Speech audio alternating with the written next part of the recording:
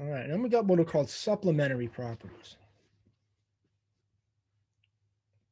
And this basically refers to the unit circle if you reflect or rotate into the opposite quadrant. And I think in that case, rotation into the opposite quadrant would be a better way of thinking about it. All right, and again, this is just highly symbolic. So looking this visually,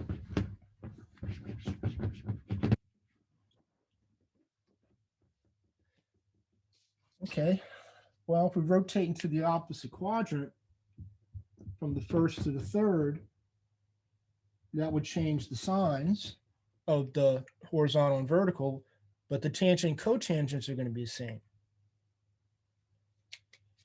And the same here. If you're rotating into the opposite quadrant,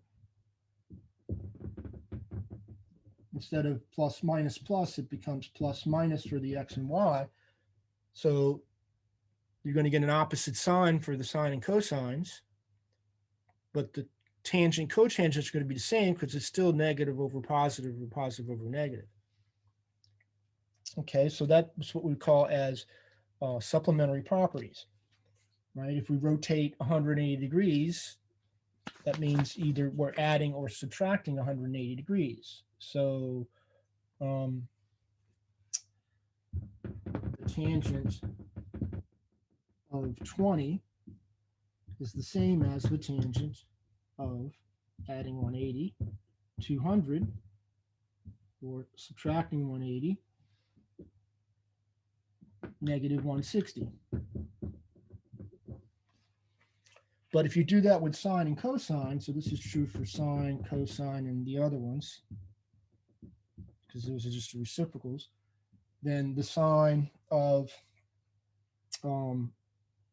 pi over 4 and 180 would be pi. So if you plus or minus pi, that's going to be the opposite of when it goes 180 degrees later. Because if the sign is here, it's positive.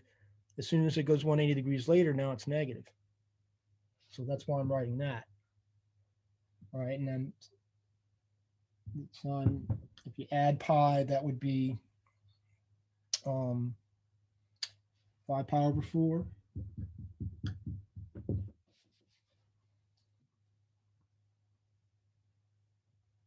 And if we combine this just real quick with the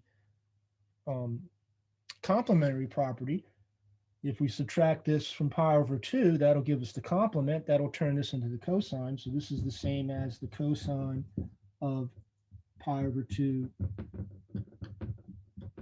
minus that. So that's how we can use these complementary supplementary properties. And you could think of this using the unit circle to help remember it. So only the tangent and cotangent don't change when you add or subtract 180 degrees.